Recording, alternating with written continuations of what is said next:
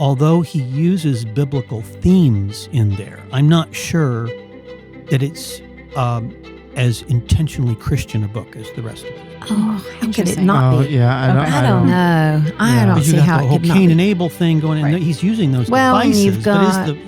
Welcome to Classical Etc. You're in the studio with Memoria Press. Hello, everyone, and welcome to another episode of Classical Etc. I'm Jessica Gardner. I am joined today by our normal crew, Martin, Tanya, and Paul. Happy summer. I call it a regular crew, not necessarily normal. Normal. Yeah, you're definitely not normal. Yeah, definitions. That may apply to all of us. In different ways. Oh, happy summer, everybody. Yes, it is summer, and it finally got warm. It did. Really warm here in Kentucky. Oh, it feels good to me. Yeah. Today, we are discussing an article out of our most recent catalog that Martin wrote, the 12 Great Christian Novels. And I have an idea that we're going to have some good banter, as we always do with Martin's opinions. So I'm excited about this one. You know, you say the right thing, and those can be people who disagree with you. Oh, please. Well, I do want to point out, even though we're not into this section of the podcast yet, but the title is 12 Great Christian Novels, not the 12 Great Christian Novels. That's right. There could be more. There's room for... There's absolutely... I can already think of one that's not on the list. Well, that was intentional. I mean, because there are more than 12. You'll write and you get. Well, oftentimes I'll think of the title and then I'll write an article to fit the title, and I didn't want to be hemmed in. Well, you always think you'll finish something like that, and you'll think, oh gosh, there's this one too. Right. Well, it's done. So. Yeah. And you love numbers. Well, was it you or Cheryl? Well, Cheryl did too. She did too. She would always break hers down into 3 reasons, 10 reasons, 7 reasons. 30 reasons. And then she'd do a really long speech, and Brian, her son, would have to stop her. Yeah. Oh, this catalog edition is really fantastic because a lot of the articles are those lists. Yeah. Some from Cheryl. There's classic lists of poems you should know, lists of classical songs you should know. It's a really fun. Good one. It was a fun one. It is. The designers and the writers and editors just people like lists. Right. And that's bottom line. Yeah. I like lists. Yeah, me too. Because especially when I get them checked off. Somebody else has gone to the trouble of selecting these things for you, and you don't have. You can, if it's somebody you can trust. Obviously, this article is. You can. It saves you some time to. See, I completely disagree. You don't I feel like hemmed lists? in by a list. Well, I disagree with a lot of lists. Like all the lists that I get, when you get lists on your phone in social media, and it'll say the greatest books to read now, 2024 greatest books, or greatest books everybody should read. I never agree with those lists. Right, but that's not a problem with the list. That's a problem with what they selected for the list. And I find that to be true all the time. I'll see some list online, and I'll read them going, no, you're missing this one. I do. One, no way, that one is. But I do open them because I am interested in the list. That's right. Mm-hmm. I don't know that. I mean, in some ways, I guess I do. Like if I'm, I've been thinking about buying a car lately, which is not going to happen for years, but I've just been thinking about it. And if I go, I will go look and say, okay, what are the top 4 that people recommend? The entire time that I've known you, you've bought the one car. It was a horrible experience. Yes, but you've never bought another car. That's right. That's why. That's right. No, I bought, you don't see the truck. I bought the truck for the farm. Yes. But I mean, you're literally driving the same cars you were driving 15 years ago. Yeah. It works. Yeah. Well, that's the way I am. I will drive a car until it is fully expired. I think I put too many miles on them. I've changed cars several times, but I won't change now until it dies because I really like my car. Yeah, I think you've had cars that have had problems. Like I haven't had a problem yet. I buy the wrong cars. Maybe. Well, I buy one, a Toyota or a Honda, and those things go forever. Listen, and until the wheels fall off, I'm going to be driving that car. We are so off. Jessica, Indeed you are not doing your job. Guys. You need to rein us in. How in the... This is like my list. My list of cars. Best cars. I mean, this is worse than usual. We got it. What we're reading, because we never want to skip that. It's always something good. And it's summer. So I have, it's a good some time for expectations lists. for summer book lists. Mhm. Martin, what are you reading? Oh, let's see. I just started a new one. What is it? Oh my gosh, I don't even remember. I've got so many going. You can come back to him. Come back to me. Because Tanya, how about you? Mysteries?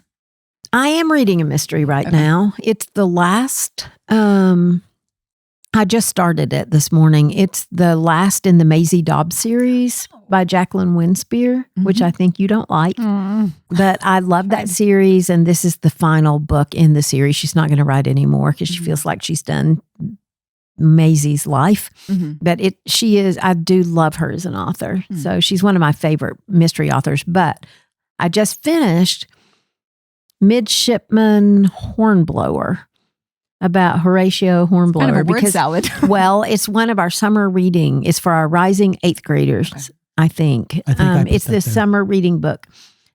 So I have criticized that book for years and said, why is this on our summer reading list? Why would anybody want to read this book? It just looks so boring to be just stuck on a ship. I loved it. I'm going to just admit right now that I was wrong and you are right. Why did you say that in the microphone? Could you just say that one more time? No, but it is really a great book, I think, for young teenagers because it's fun. It's an adventure. It's not swashbuckling, but just every chapter is a different adventure story happening.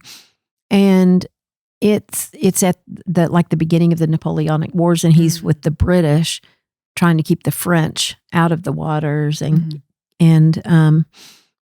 so it's historically based, but it really, the military is really a great way to show students what it means to be honorable. And I think that's the big thing that book does, is it shows what it means to really be a person of honor And integrity. Integrity, yes. There's one thing I think greater than that in those books.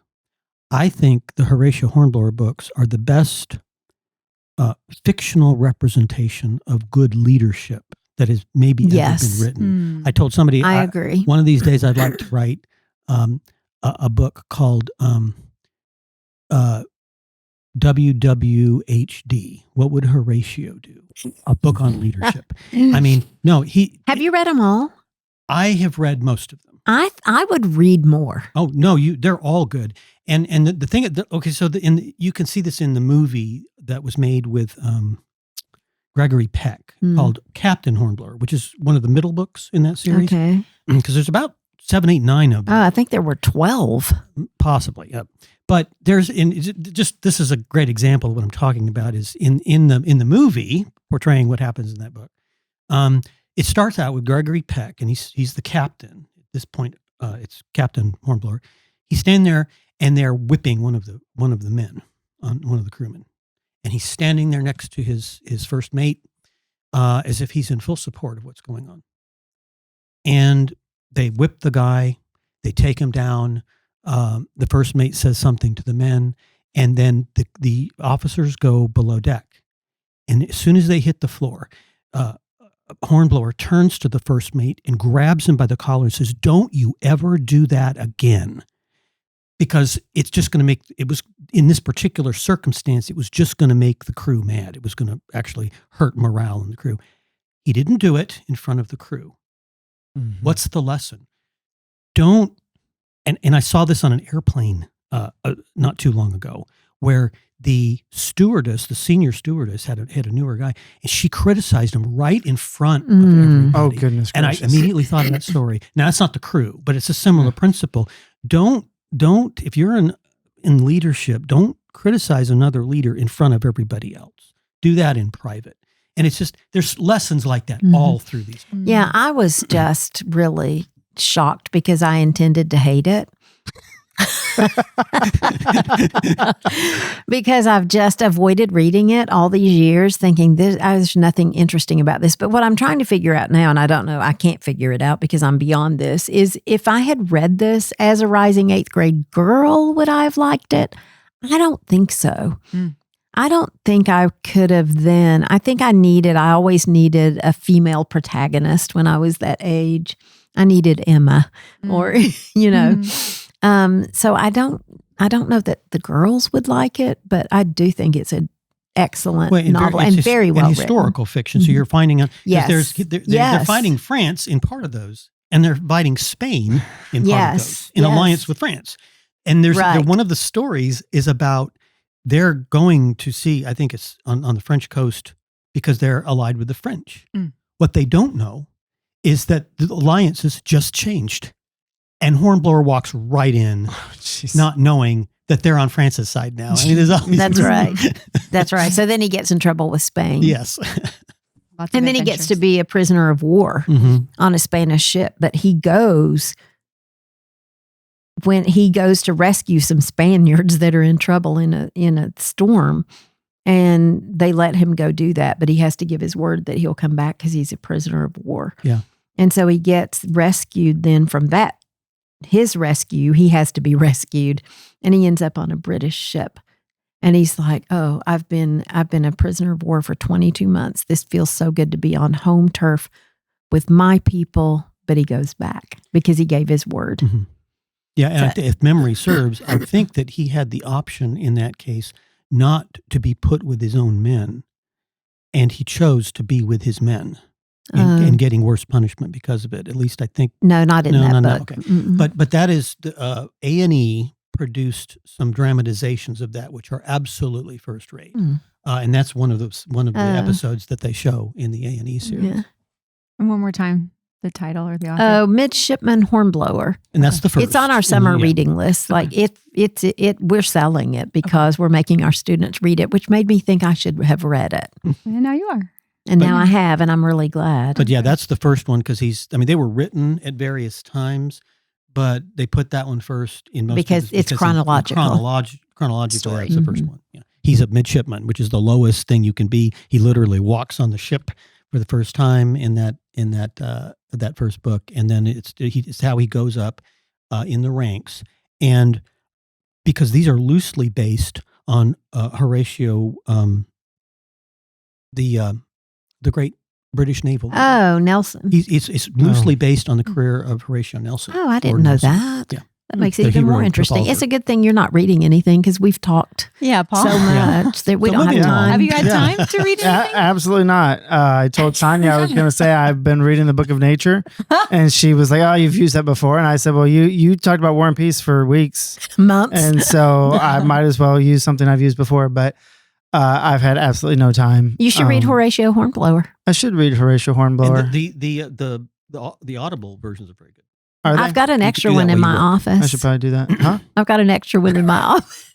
That I brought over to you? Yes. Yeah, no, me sitting down with a book is just listen to very it. much a luxury. So maybe I'll start listening. Well, you're to working it. with the pigs. You can listen to the Audible. Yeah, well, we've got a cow that refuses to join the herd, and she's got pink eye, and so she's spooked. She doesn't want to, like, you try to move her, and she spooks because she can't see well. So, but she needs to be with the herd so she can heal because all the supplements are over there, and it's just a whole thing.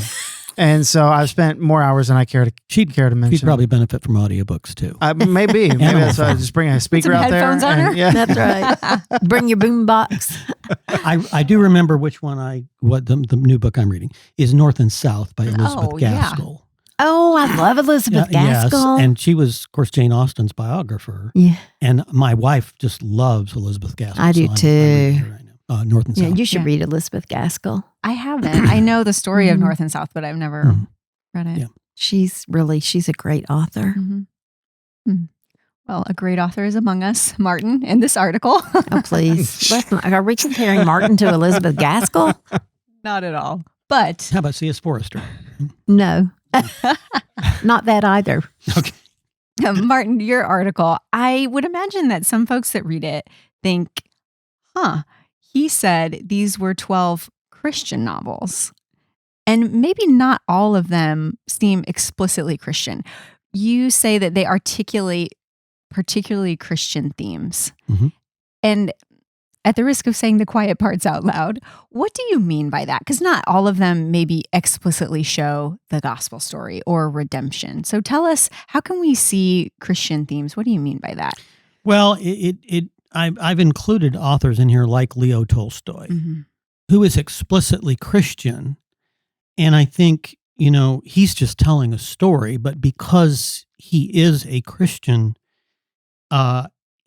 he writes a Christian novel. It's showing what a Christian world is like, what a world is with God behind it. I think that's what Tolstoy is doing. He does, and I have two of his books in here, War and Peace and Anna Karenina. And both of those I think are, I put those first partly because I think they're the greatest Christian novels that have been written. And so I think different authors do this different ways. I put Walker Percy on here. Walker Percy is writing almost burlesque type of writing. He's making fun of the world as it is, and he's doing it from a Christian perspective, even though some of the things that, you need to be a mature adult in order to read Percy, but he's brilliant. He brilliantly does this. And he's making fun of this ridiculous culture that's trying to rebel against Christianity. So he's doing that. Tolkien, I have the Lord of the Rings in here. He's writing sort of a high myth in which he's showing what a world. He's showing us our own world, but in the reflection of another world, I guess is the way you would put it. And so that's very different too. So I just think there has to be some looking at the book as a whole. You need to be able to say, is this some Christian vision that we're reading here? And I think all of these books in different ways are doing that.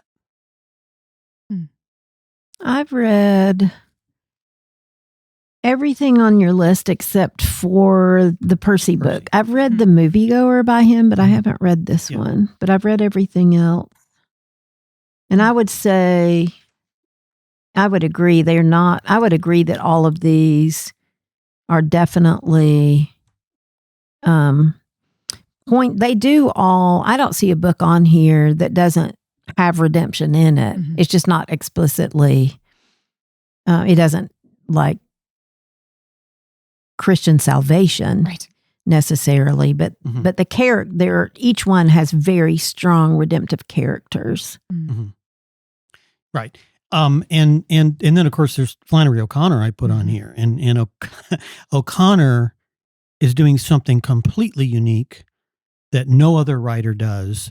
And she is she is explicitly doing something Christian and is intending to do something Christian. But she hides it behind this strange symbolism that she's got. And she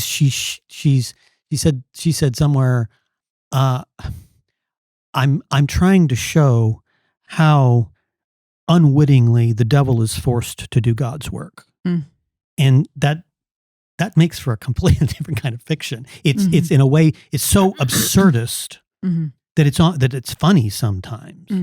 And yet it's very serious, so they're in a way, something, a lot of her books are kind of dark. They are dark, and they're full of crazy deep South people. Yeah. Well, that's the thing. Here she is, a Catholic, and she's writing about like Pentecostals. So somebody asked her one time, if you weren't a Catholic, what would you be? And she said Pentecostal. Really? I mean, that's she was drawn to it. But it's absurdist, but it's real too. Like you can actually see those things happening, but you're like, but once you see the whole story, like this really is absurd. And then it does.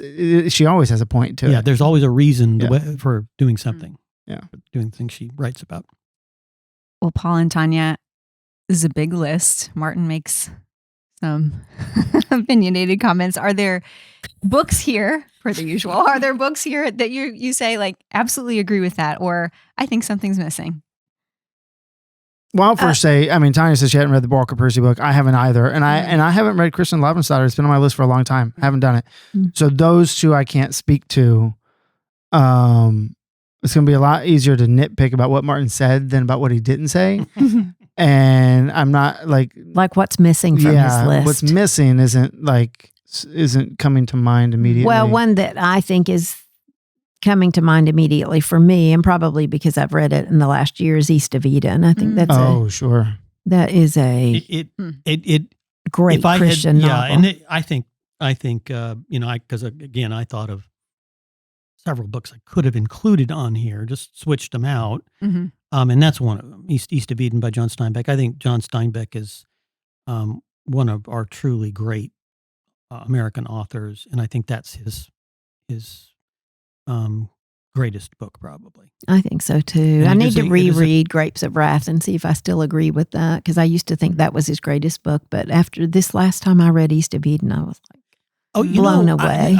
I'm trying to remember, I may have excluded that simply because although he uses biblical themes in there, I'm not sure that it's as intentionally Christian a book as the rest of these books. Oh, how could it not be? Yeah, I don't know. I don't see how it could not be. The whole Cain and Abel thing going in. Right. He's using those devices. You've got, no. I mean, the whole thing of the whole Hebrew word he uses. What is it? We did a whole podcast episode on it, and Yumi and Shane did that. Yes. It started with the T. Timsa? Timsel, I think. Timsel, maybe so. I mean, the whole idea of, and I don't remember what that Hebrew word means, but the whole idea of free will and a God who's providential but allows you to make choices and you subdue the earth, and what does that mean?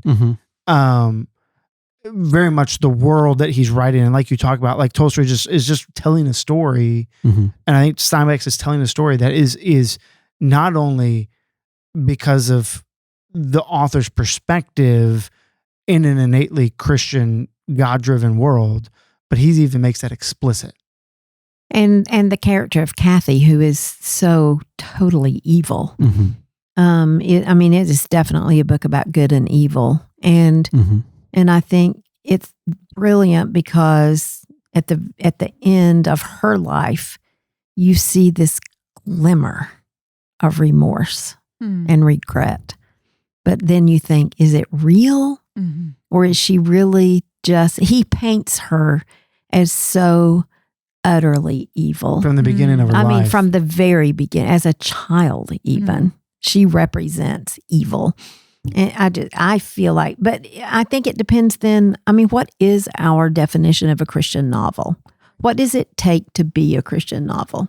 Well, I think in the broad sense, I would include it. I think I felt like it was a little bit more obvious and intentional. Again, there's all kinds of biblical themes in all Steinbeck's books. But, you read something like Travels with Charlie, where he stops and goes to a church service on Sunday one day. And it's pretty clear in that passage that he respects it, but he's not himself a Christian. And again, you can be a non-Christian and write a Christian book. I think that's possible. And I think if you allow for that, you probably have to include East of Eden. I'm not going to quibble too much about that, because I do think it is a great book. And I listened to it on Audible with a great reader driving through Salinas Valley. How fun. That was. So what is your definition of a Christian novel? Just that it would have Christian theme morality, Christian themes like good and evil, free will. Well, I think there are probably several requirements. One of them would be that the themes are Christian themes, right? And then the question of how intentional that is or not. I think it has to be somewhat intentional. If the author does not recognize that he's writing and he's employing Christian themes, then that's probably not. Because I think if you looked at all these, certainly Sir Walter Scott, Tolkien, Alan Pay, all these people are in some sense explicit Christians writing Christian things. Yeah.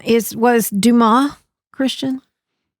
I was wondering that myself when I saw this on the list. I don't know. But it's certainly. He's certainly, that's the thing is, if we're writing 300 years ago, Dumas was 200 years ago.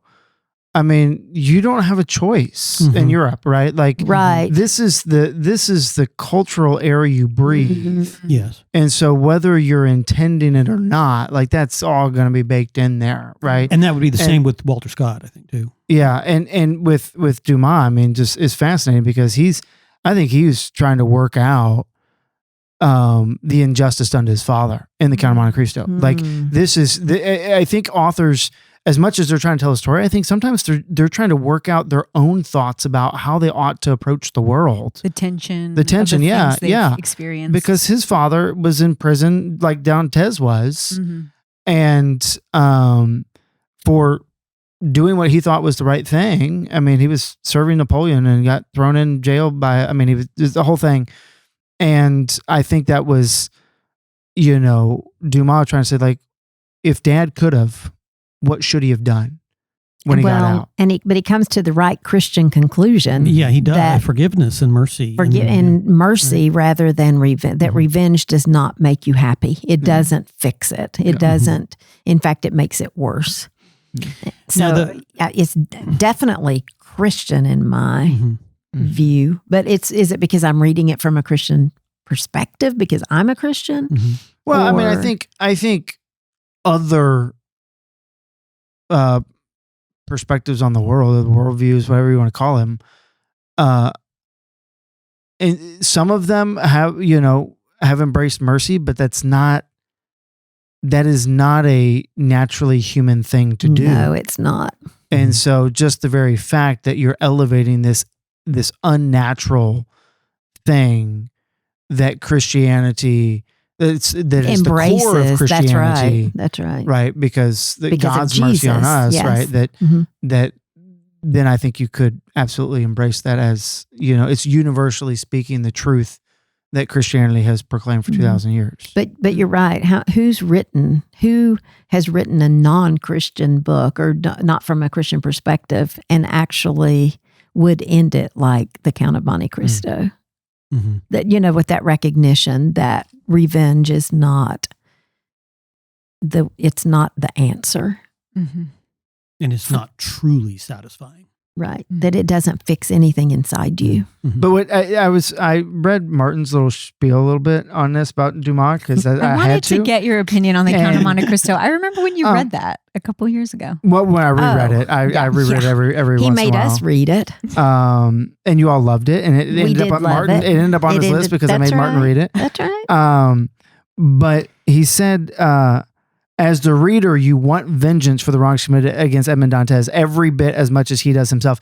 And it's fascinating. You really do. You're reading that and you just want it so bad. And when he's getting it, you're like, yes, yes. Tanya. I know. It's not good. It's not good. That goes back to what Aristotle says in the Poetics, right? You're supposed to feel these emotions so that way when you are in the moment of when you want vengeance and you go, I have felt that before, but I know where this ends. Right. And Dumas just does a masterful job of that. But I think it's a universal thing that people get into that vengeance mode. That's right. But something I've said for years, I think a lot of people actually miss the mercy at the end. How can you miss it? I think they just see that as sort of like an epilogue of he got his vengeance and everything's right, and not realizing that his entire worldview just completely shifts right at the very end. To miss that, I feel like you've missed what the entire novel is. No, I think a lot of people miss it. That's sad. Obviously, the Jim Caviezel missed it. That the movie that they made of the Count of Monte Cristo. Oh, yeah. That really? was totally completely misses it. That's terrible. Right? Yeah. He ends up back with such Mercedes. a disappointment. And it's just... I forgot about that. Yeah. So there are people who read this stuff and completely miss it. So, and that's why these blurbs, that's the only blurb I've read, but I would imagine that these blurbs are probably helpful in people interpreting what they're reading, right? And making sure that they're not missing a major point of the book. Right. So if you don't mind me asking a question, what book on here do you think least deserves to be on here?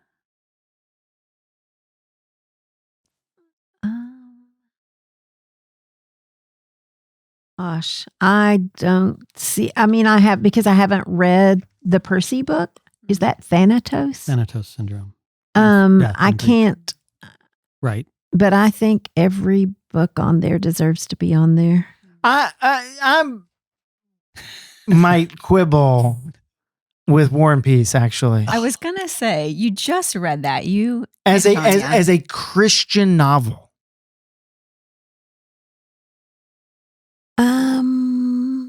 Is it a great novel? Absolutely, 100%. Okay, but think about Prince Andre and Boris and their. I mean, the whole thing is their journey toward. Is Andre the one that died that was married to Natasha? Well, it was just about to marry Natasha. You're thinking of. Oh no, who am I thinking of? That he was. Yeah, no, that broke the engagement with her. Yeah. Or she broke the engagement with him. Yeah. Who is that? Well, that was Andre. It was Andre. Yeah, okay. Yeah. I feel like they have journeyed to faith and trying to figure out their faith. Oh. But do you think that's not a major part of this? I feel like they're the major characters, and that was a major part of the book. Oh, that's interesting. Everybody in that book pales in comparison to Pierre in my mind. Mm-hmm. Like I just, I do not, like, as I read it, I mean, the second time I read it, and I just, everybody else just seems to be sort of a sub-character. I meant Pierre, not Boris. I meant Pierre. Okay. Pierre marries Natasha, right? Pierre marries Natasha at the very end. I meant Pierre. Yes. I just think Tolstoy is incapable of writing anything but a Christian novel.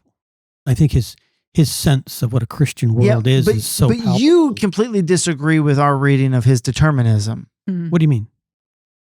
We had this conversation on this podcast. Listeners, please chime in and let us know, remind us when that happened.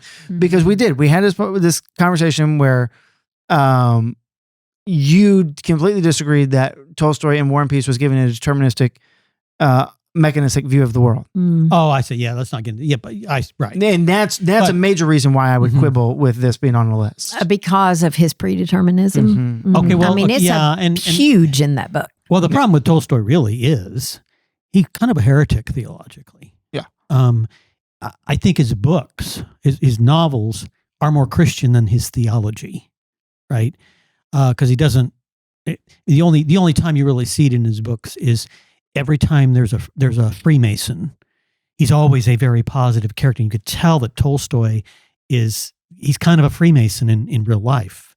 So it does come out in his, but he transcends that. He's such a great writer. He transcends even that, and his books are orthodox in spite of him. Tanya, Jayber Crow is on this list. Is that what you would pick from Wendell's writings? It's my personal favorite Wendell book, but I feel like I know all of Wendell's books are written from a Christian perspective, and it's a huge theme in everything that he writes. My husband's favorite novel is Hannah Coulter. So, I think you could pick any of them. You could have put any of them really on this list. Usually it's the males that like Jayber Crow and the women that like Isn't Hannah that Coulter. funny? Yeah. We read Hannah Coulter a couple years ago. It's really good. I mean, Hannah Coulter, it's the saddest book I've ever read. Oh, really? Yes. I mean, just gut-wrenching. I mean, just the perspective of a woman who, you get towards the end of the book and her husband's passed away and all of her kids have moved away, and just I've never sat with this idea of a mother then just feeling alone, where she has and the loss of the farm, just a whole life that is impossible for people to even live anymore. That's the real sadness about it. Yeah, I mean, doesn't that haunt almost all of his writing? Oh, yeah. Oh, a sure. sense of loss. It does. I mean, yeah. Yeah. It's always sad. Mm-hmm. I think this book, I feel like I could have picked other things, Mm-hmm. but this is so representative. And I think this may be his most personal book because Mhm. Jaber Crow is Wendell Berry. And when Jaber, because Jaber, he's twice orphaned. Mm. And then he ends up going to Lexington and working with the horse industry there. And then he becomes a barber. And then he makes this long journey, this long odyssey, back to Port William, where he was born and where his family was originally from. And he becomes the town barber, and which is kind of a lowly position. And he becomes this sort of lowly figure, but who is the center of the community. He cleans up after the church services in the church. He digs the graves. He digs the graves, and all that. And it's just this beautiful portrayal of a beautiful person, Mhm. really. Mm-hmm. And then, but actually, and it's before he goes back to Port William, he feels called to the ministry, and he goes to a small seminary somewhere in Kentucky, and he studies there, and he realizes there that the ministry, the formal ministry, is not his calling. And there's this great scene. I think it's one of the great scenes of literature, actually, where he walks in to Dr. Ardmire's. He knocks at Dr. Ardmire's door. Dr. Ardmire is like the most feared professor at the college, and he stands outside the office. I think the door actually is open. He stands outside the office. Clearly, Dr. Ardmire knows that he's there, but he does not finish what he's reading until he's done. And he just stands there and he says, "Yes, can I help you?" And so the problem that Jaber had been having is he was doubting certain things in the Gospels. He saw all these difficulties he couldn't reconcile. And so Dr. Ardmire says, he said, "Well, I'm unsure of my calling." And he said, "Well, why?" He said, "Explain it to me." He said, "Well," and he just spills out all of these problems he's having with the Gospels. Probably the best list of paradoxes in the Gospels. It is. It's good. It's a good. Mm-hmm. And so then, and Dr. Ardmire, he's got his glasses on. He's listening to everything he says, and he lets him finish. And I think Jaber says something like, "Well," and he said, "Well, what are the answers?" Dr. Ardmire says this. "What are the answers?" And he says, "I don't know the answers. That's why I'm here." He says, "Well, I will tell you this." He doesn't deny that there's things that you have to deal with, but he says, "I think you're going to have to live the answers." Yeah, he says, And he says, you've been given questions. You've been given questions, and you're going to have to live the answers. And further, I'll tell you one more thing. I think the way he puts it is, you will take your whole life to answer these questions. And then he says, "And one more thing, it may take longer." Mm-hmm. And I thought that's an interesting thing, right? And then, and I always recommend when people who read this book also read a speech that Berry gave. It's in his book, The Way of Ignorance, and it's called "The Burden of the Gospels." And in that speech, he's talking about himself, and he's talking with a bunch of liberal seminarians at a very liberal seminary, and all the things he says in there are exactly what's in Jaber Crow. Mm-hmm. It's what he himself has been dealing with. And he says, the way he addresses it, at first you're thinking, "Oh, this is going to bother conservatives," because it sounds a little bit like he's doubting the truth of this. Mm-hmm. That's not what he's doing. Mm-hmm. And then he goes the other way. He says, "You have to read." He's basically, he doesn't put it this way, but his liberal friends will tell him, "Well, you can't read the Bible literally." He says, "No, you have to read the Bible literally. That's where you have to start with anything." But then he's also voicing Dr. Ardmire in there. He says, "I take the Bible seriously. And because of that, I take these problems seriously, and I'm going to have to live the answers to these." Mm-hmm. Which kind of, on the one one sense he's kind of pushing away the theological liberal, and in another sense he's pushing away the theological fundamentalist, because fundamentalists don't think there's a problem.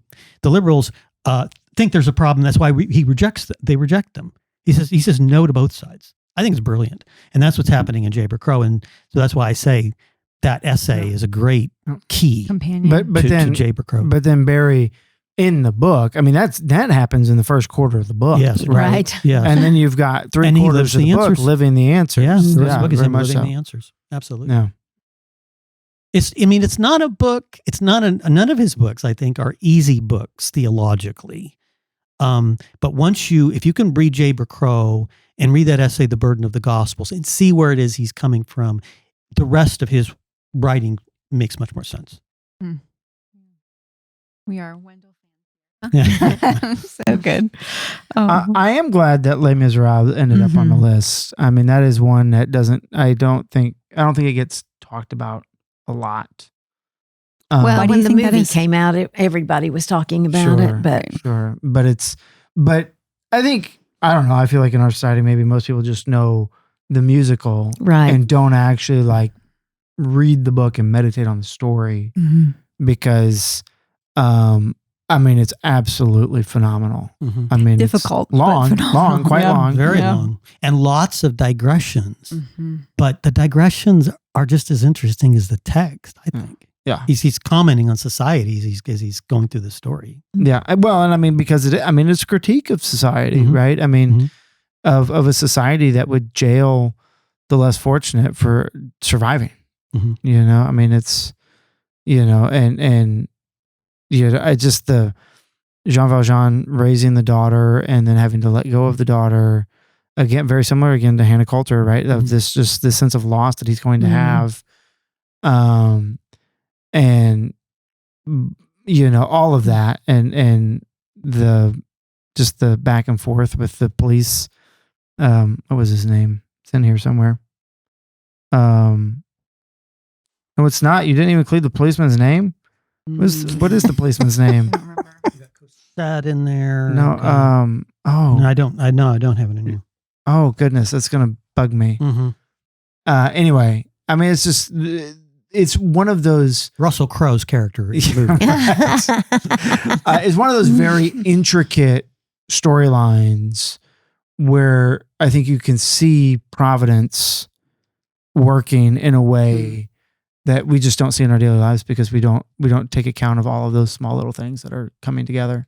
And I do think that the most recent movie with Hugh Jackman and Russell Crowe, Anne Hathaway. Anne Hathaway. Anne Hathaway. I think that's a fabulous movie. Now Russell Crowe is the one weakness in terms of he's singing higher than his register, but I don't think he's really a singer. Well, he's not really. I didn't know Hugh Jackman was, right. Because I didn't know he was. Me neither. I was Broadway shocked. quite a bit. And, I didn't know. And Anne Hathaway, I think that is one of the most beautiful musical performances I have ever seen. A lot of people criticize Anne Hathaway, but I'm sorry, that performance really was wonderful. And my family hates musicals. My kids, they never liked musicals. I would threaten them with Oliver, which is my favorite. And they all came to that movie when it came out with us. And I was worried they weren't going to like it. And they all loved the movie. They loved the movie, a musical, which they normally would not. And so it's such a great story. It is. And great actors. And great actors. Yeah. Absolutely. Now, what about Kristen Lavren's daughter? It's been a long time since I've read it. It's on my list to reread with the new, in the new translation. I read the old one. I mean, obviously her life is tragic. I mean, it's just painful all the way through all 3 volumes. Yeah, because I get more questions on this one than this is the most unfamiliar thing on the list for a lot of people. It won the 1928 Nobel Prize for Literature, and it was written in Norwegian. Yeah, and so you'd wonder, it wasn't real widely known, but for some reason in the last 10 or 15 years, this book has made a comeback. And my wife and I read it. It's because there's a new translation. Yeah, that's probably right. Yeah. And my wife and I read it, and we did it audible in the car. It's very long. It's very long. And we just called it Doing Kristen. Okay, let's do some more Kristen here. And we'd start again. And it took several long car trips to do it. But it is just the story about this woman's life in 14th century Norway when the Scandinavian countries they had just become Christian within several generations of this. And so there's still paganism lurking in the background, and you see it in the story. And it's about her rebellion as a young woman and what it did to her parents and what happens with her own children. It's almost a kind of retribution for her own sinfulness when she was growing up. And she kind of, I think, dies in a monastery at the end of the book. I think she becomes a nun, doesn't she? Or I do remember the monastery. Yeah. But it's the ending is sad, and yet she's redeemed. Right, that's it. Despite all of this, she's redeemed. Yes. I bought a big, because it's a large book, so I bought an old copy. It's in some bookstore somewhere, and I put it in my shelves and didn't think about it for many years after that. And so I finally decided I want to read this book. So I go and I get the book. I sit down by my fireplace. I get a warm cup of coffee. I sit down. I open the book, and it's in Norwegian.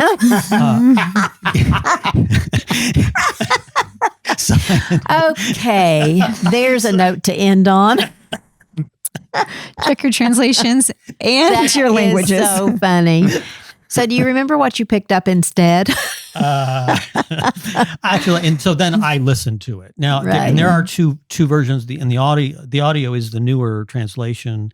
The older one, I want to read. If I read it again, and it's a commitment. It's a commitment. If I do read it again, I want to read the older one. The older one is more archaic in its style, sort of in a way, Lord of the Rings-ish in that sense, because Tolkien is writing in a more archaic English style.